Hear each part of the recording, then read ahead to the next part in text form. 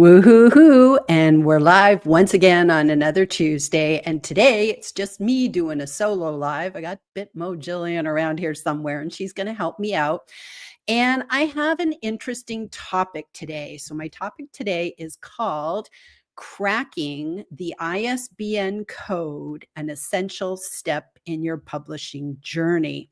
So you may be wondering, why are you doing a live about this? Like, it sounds like just like something you tell people in 5 minutes and be done with it. Why would you want to spend, 30 minutes talking about ISBN numbers?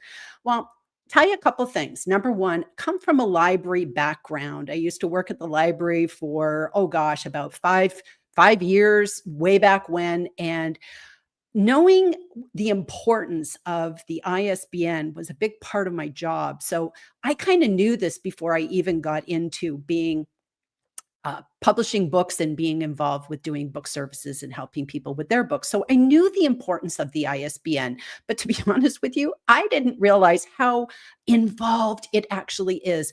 And there's many, many decisions that you need to make before you publish your book, because you don't want to be doing this research at the 11th hour, because then you're making it under stress. So anyways, I thought by kind of going through some of the stuff that when I'm working with my clients and helping them publish their books, we have to talk about this kind of stuff.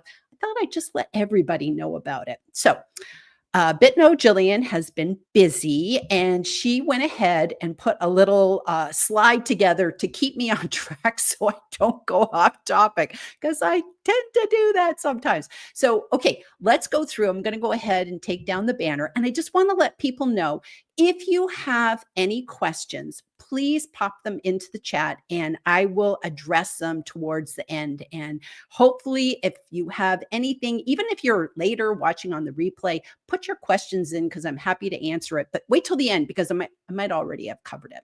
So there's a lot to cracking the ISBN code. So I'm actually just going to get on and get cracking with it. So the first thing is, what on earth is even an ISBN? So an ISBN stands for International Standard Book Number, and it's a 13-digit code. Used to be a 10-digit code, but there's so many books they had to say, well, we need to up it. So now there's actually 13 digits, and every different digit has meaning in terms of what country is issuing it and who's the publisher, and on it goes. So there is a method to the madness. I'm not going to go through and break that all up, because that'd be kind of boring. But I just want to tell you that the ISBN number, think of it like the VIN, the vehicle ID number for your car. And it's the same sort of thing. And that if you own a car, if you go out and you have a look at the VIN number of your car, you will find that it can be looked up, and it will tell you all sorts of stuff about your car, where it's made, what was the model, what was the color. It does everything. And if you think about it, if everybody steals your car, the first thing they do is they want to, rip off the VIN number, or they scratch it, or they get rid of it, because it identifies it. It's almost like a fingerprint. So the same is true for the ISBN. It is like that VIN for your car, except it's for a book, of course. So an ISBN actually holds so much information, and they refer to it in the book industry as metadata. And metadata is such a funny word. If you look it up, it's the data about the data. So it's just like, what? So metadata inside the ISBN, there's all this information that when somebody looks up the number, and you can actually go to Bowker Bookwire and you can type in the ISBN number for a book, and you will find that it tells you the metadata, which is the title, the subtitle. It'll tell you the publisher. It'll tell you the publishing date. It will tell you when the book, how many pages are in the book, who's the publisher, the trim size of the book. It has so much information, and oftentimes it even has a description of the book and even a picture of the book. So there's a lot of information inside that one little number, and it's amazing that it has all that. So you might say, okay, so where do I even find an ISBN? So you pick up a book, and I've just got an example here. So this is one of my books, and you're always going to find the ISBN is listed on the copyright page. If I can find it. Okay, there we go. It's always going to be on the copyright page. And also, too, it's going to be on the back cover of the book. And that's where you're going to find the ISBN number. And when it's on the back cover of the book, you might see it's inside a barcode. That's actually how you're going to see it. Not that you might see it. That's how you're going to see it. It's inside the barcode. But what I want you to realize is the barcode is that. It is a barcode. It is not the ISBN number. The ISBN is actually inside the barcode. And I'm going to talk about the barcode too as we kind of move on through today. So there's two places you're going to see an ISBN number in a book, on the copyright page, and then also on the back cover. So another question is, when do I actually need an ISBN number? Is it mandatory? Do I always have to have it? Well, the short answer is it's mandatory if you're going to sell the book. So if you're going to do commercial sales, which means going to be in bookstores, it's going to be on places like Amazon, it's going to be all these different places, then yes, you do need to have an ISBN. However, if you're just writing a book like my father wrote a book, it was a family history book for our family. He gave it away to, a couple of us. That's a private book that doesn't have anything. And I think even if you give a book that like maybe it's something that you give away to clients, it's never going to be for sale anywhere. Probably don't need to deal with an ISBN number for that. However, I am not a lawyer, so I wouldn't want to say never, ever. But essentially, if you plan to sell your book, whether it's online or in a bookstore or even just off your website, then you want to have the ISBN number so that your book is discoverable. So I hope that makes sense. So here's the tricky bit. And this is the sort of thing that it was just like, I knew this when I worked in a library, but I didn't know how much this mattered so much than when I went to publish my first book. You actually need an ISBN number for every single format of your book. So if you're writing one book and you're doing a paperback version and a hardcover version and the ebook and the audiobook, you need a separate ISBN for every single format that you have, which means that you can't just get one ISBN number and say, well, I'll use it for all of them. No. You have to get a ISBN for every single format. And when you find out what that costs, you'll see how that can very, very quickly add up. So before we get to the costs, let's talk about where you actually get your ISBNs, because this is the thing that I learned when I started publishing books. So it really depends upon where you live. So if you live in the United States, you're going to go through Bowker. Bowker also serves people in Australia. Why it's the United States and Australia, I have no idea, but those are the two countries that Bowker serves, Australia and the United States. If you live in the UK, you're going to go through Nielsen, and they also take care of people in Ireland as well. So that's what's covered with Nielsen. What if you live in, say, for instance, Canada? Well, you actually go through I think it's like the National Archives and Libraries of Canada. That's where you get your different ones in Canada. Now, they actually have an organization which is called the ISBN, International Organization. I have their website. It's just isbn-international.org. And if you just go ahead and Google that in, what you will find is you will see a listing for every single country. So depending on where you are. So when I was in Israel, I would have gone through an Israel agency. If I was living in Canada, I would go through the Canadian agency. It's all about where you live. Now, what's interesting is, even though I'm a Canadian, I don't live there now. So I have to go through Bowker. So it's where you actually physically live. That's where you need to go and get your ISBN. So one of the things is that when you go to purchase an ISBN with one of these international organizations, you have to do what's called set up your publishing imprint, which is essentially just setting up your name. Now, here's where I caution you to choose wisely, because you have to figure out What name am I going to use if I self-publish for my book? Am I gonna just put it like my personal name? Because that looks kind of weird. If you think about you'd like to get your book in a bookstore one day, would you just want to have Gillian Whitney publish the book written by Gillian Whitney, published by Gillian Whitney? It doesn't sound very professional.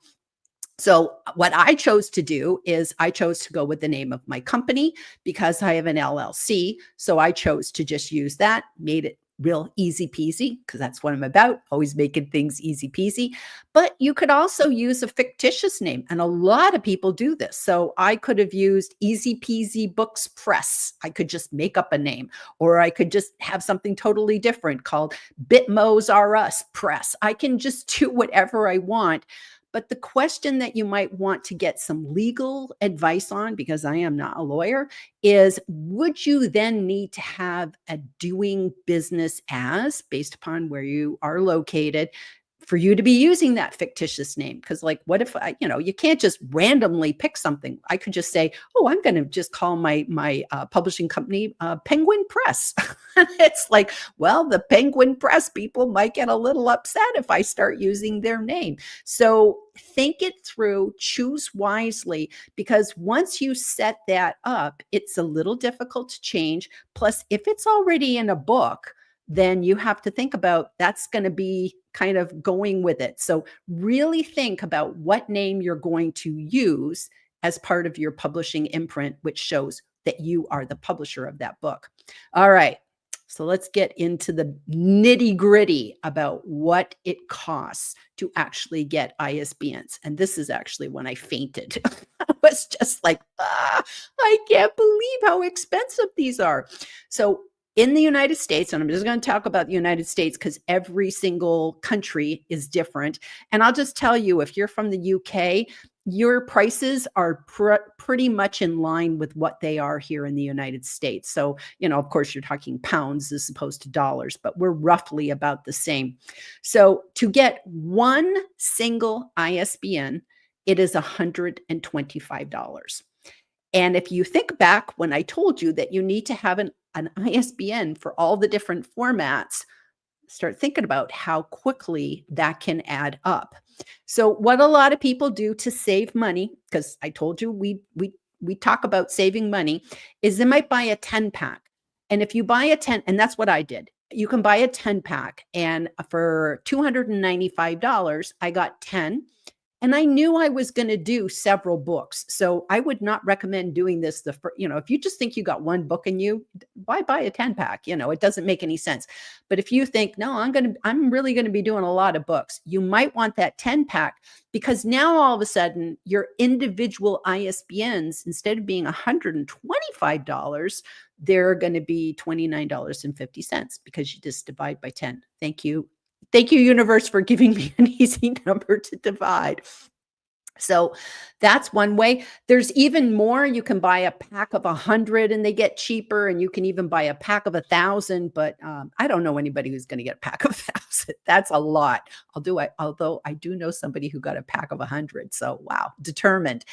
So what about Amazon? So this is the brilliant thing about Amazon, and people are absolutely polarized on this. I actually think it's brilliant that Amazon will give you a free ISBN. And I'm going to tell you, quite honestly, when I published my very first book, I took advantage of that because I thought, what if I don't even want to hit the button? I just thought, I don't know if I really feel like committing $125 for this book on the get-go when I don't even know if it's going to be any good. What if nobody ever buys it? It was just like I was hesitant to invest a lot of money.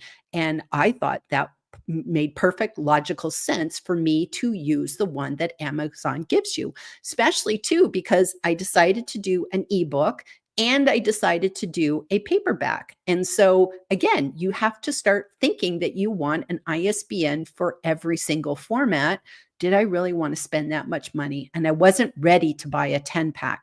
So that's cool. Now, what I later found out, and I did not know this at the time, is that there's this secret thing on Amazon that nobody tells you. It's kind of like buried in a help topic.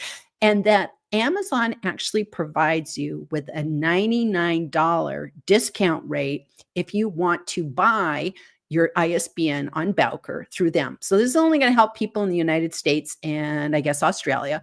And you click on this link and it actually goes. Now, I can't put this in the live. So if you want to know where this link is, send me a DM and I'll get you figured out. But anyways, I thought that was kind of a cool thing that you can get a one-time 99-cent ISBN instead of paying the 125.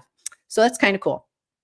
So let's go back to the free ISBN because that is something that I recommend for first-time authors and for people who aren't sure if they're going to do a bunch of books. So this is always my recommendation. And I don't think there should be shame with saying, I want to use the free ISBN.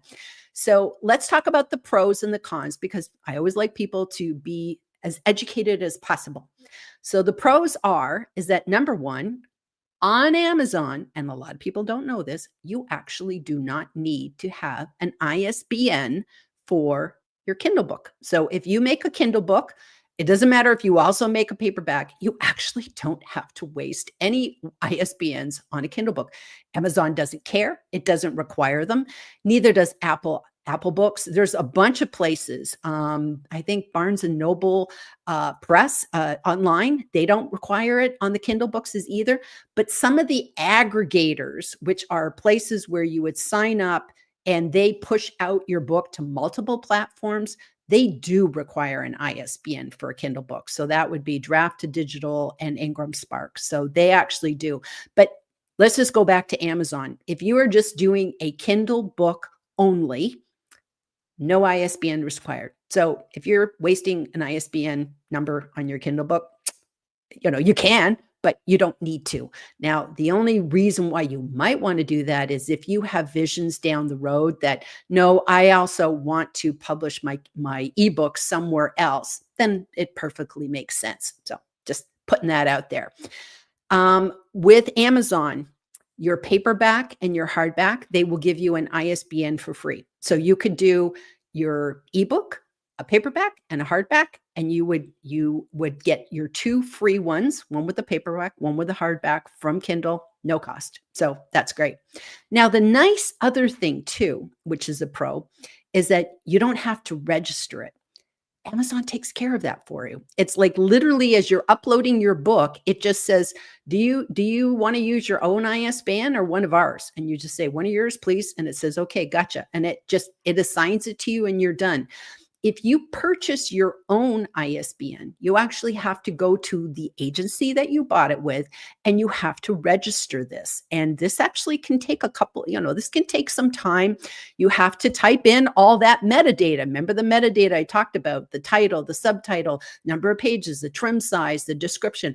All of that stuff is now on you as the publisher to go back in and put it with the ISBN. And you got to keep track of these. If you buy a pack of 10, you have to make sure that you have some sort of like spreadsheet or something that keeps track that I use this ISBN for this edition of my book, and keep really good notes because you can't reuse those ISBNs later. It's one per format. So the registration can be a little stressful. I didn't know what I was doing the first time, and I was like taking my heart in my hand.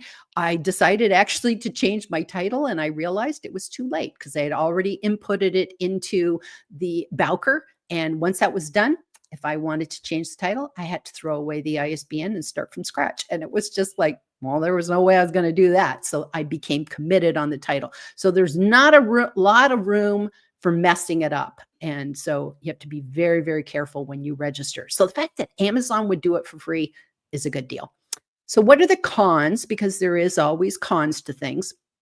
So first of all, know that Amazon will be your publisher, not you. So if that matters to you, think about that. Now, when a book is out, and remember I told you earlier that on BookWire, you can type in an ISBN number and you'll see the publisher. Well, what you would see is independently published. That's all it says. So it doesn't say Amazon is your publisher. They don't own your rights. There's nothing like that. It's just that you're using their ISBN. And so it's going to show to the world that this is independently published. Now, that's code for everybody to know that you were with Amazon, but it's so minor. It's so minor. So I don't think it looks unprofessional. Maybe you do, but I don't think it does. So that's one thing. Now, this is the biggest con, is that you can't take that number, that ISBN that Amazon gives you, you can't take it with you, which means you can't take that ISBN and use it on another platform.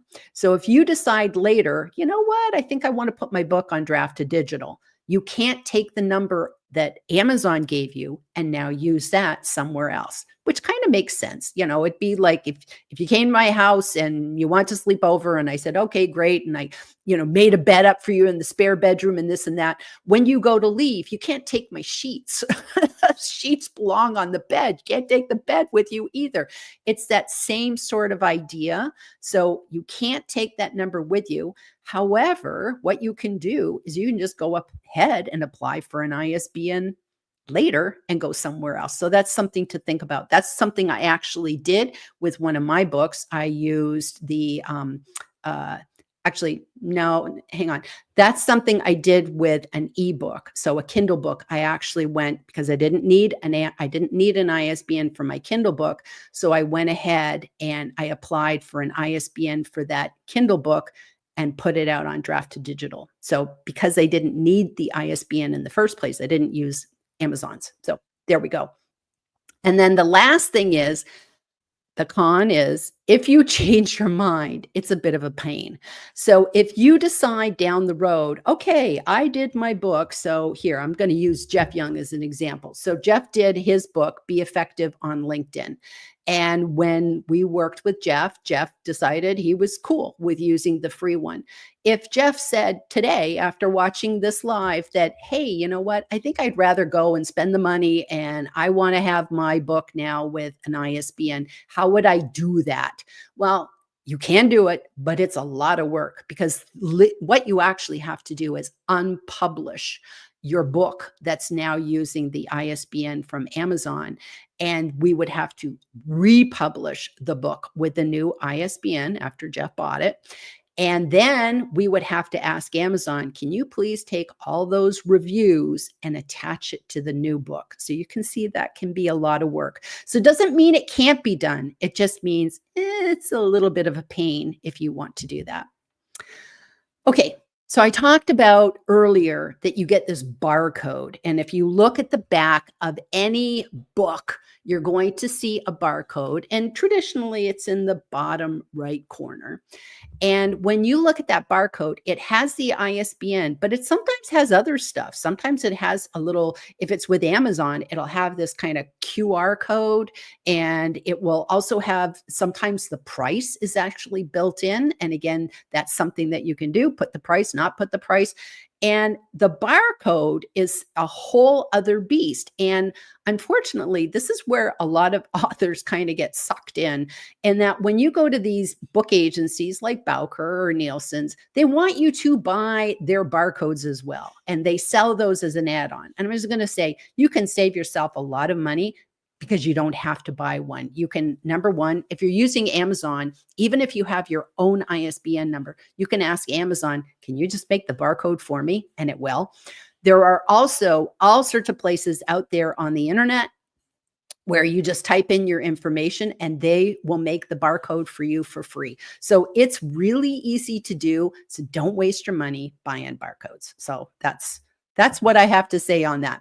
So the question is, when do you get a new ISBN? So it's like you published your book and then down the road, if you want to do anything with that book, you have to have this decision tree of how does this affect my ISBN? Do I have to get a new one or am I good to go with using the old one? So basically, if you have a new edition, so if you're going to call your book, it's enough changes that it's now considered a whole second edition. So you pulled a bunch of stuff out, you put a bunch of new stuff in, and now it's called second edition, you need a new ISBN. If you change the title, like when I screwed up my title and I said, I'm going to live with it.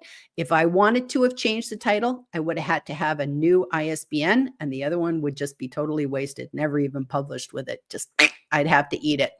If you change the trim size, so with Jeff's book, we're talking about a book that's 5.5 by 8.5. If Jeff decided he wanted to make this a taller book, like a 6 by 9, we would need to get a new ISBN.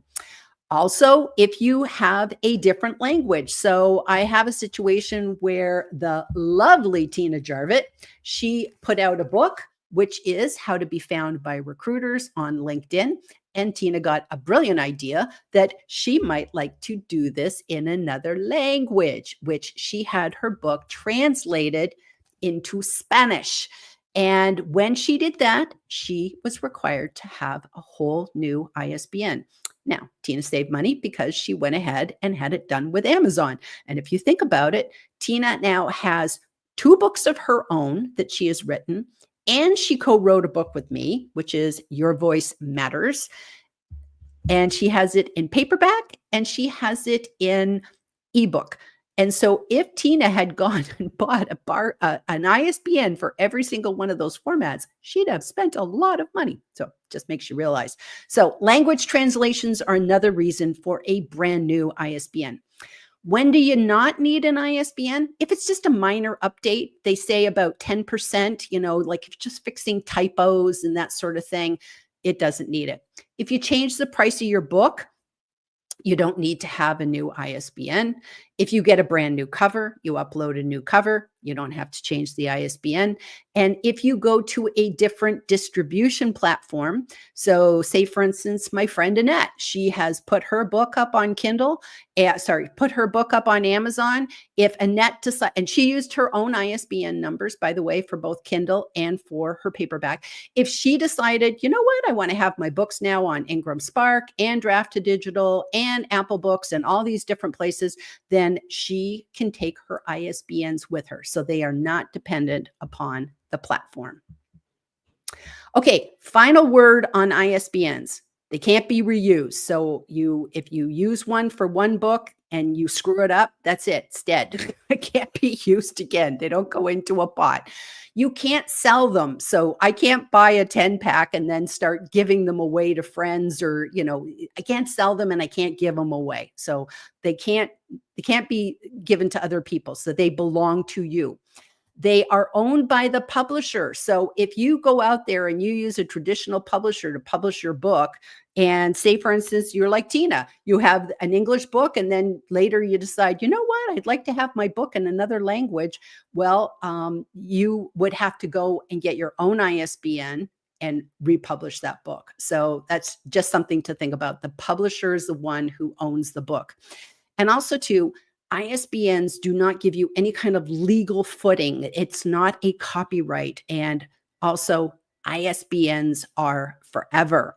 So I'm going to hop and see if I have any questions, and I will hop over and see who is here with me today. I'm sorry, I really went on long and long. Okay, so I got Tina here. She says the ISBN code decision has to be thought through, and we can only make a decision when we know our options. Yes, and I remember when I was first telling Tina about this, and she was like, wow, there's so much to know. There's so much to know.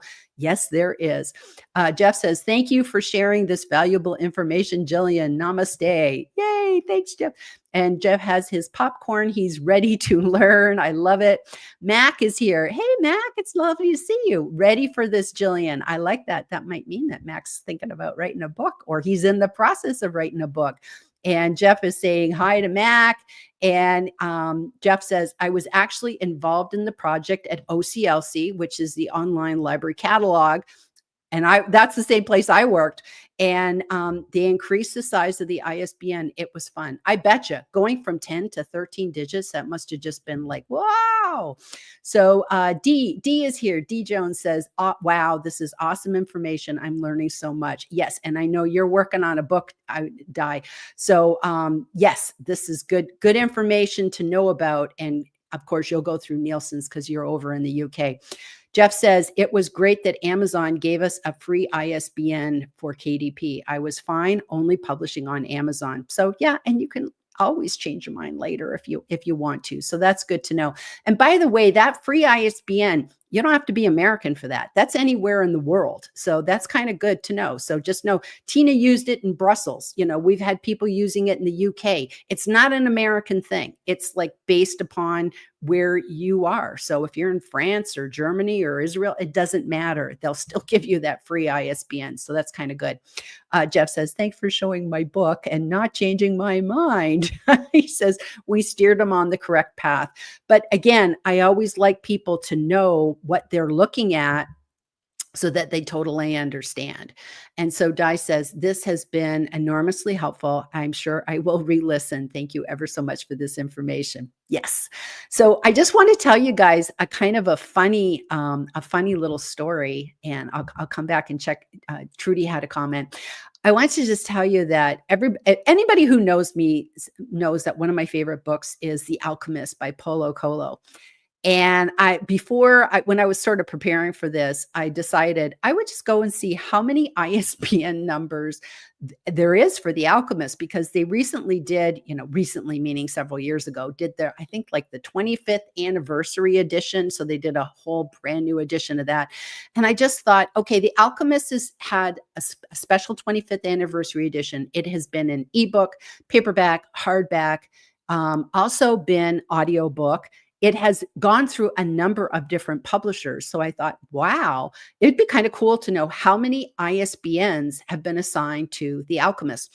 So I went to Google Bard, which is now called Gemini, and I typed it in and I said, okay, can you tell me? And I think I almost broke the internet because it said, it is impossible to tell you. There is just numerous times that book has been reissued. There's no way it could do that.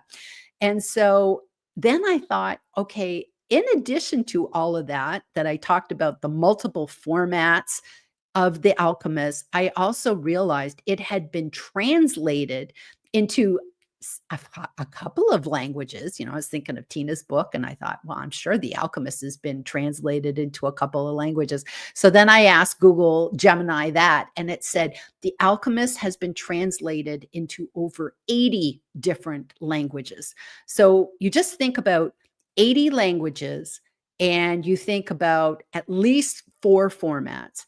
And then you think of multiple publishers, multiple years, multiple, on and on and on it goes. And you just go, I don't know how many, but it just makes you realize ISBNs are really, really important. So I'll just have a quick peek at Trudy's comment. She says, I'm working on my second book.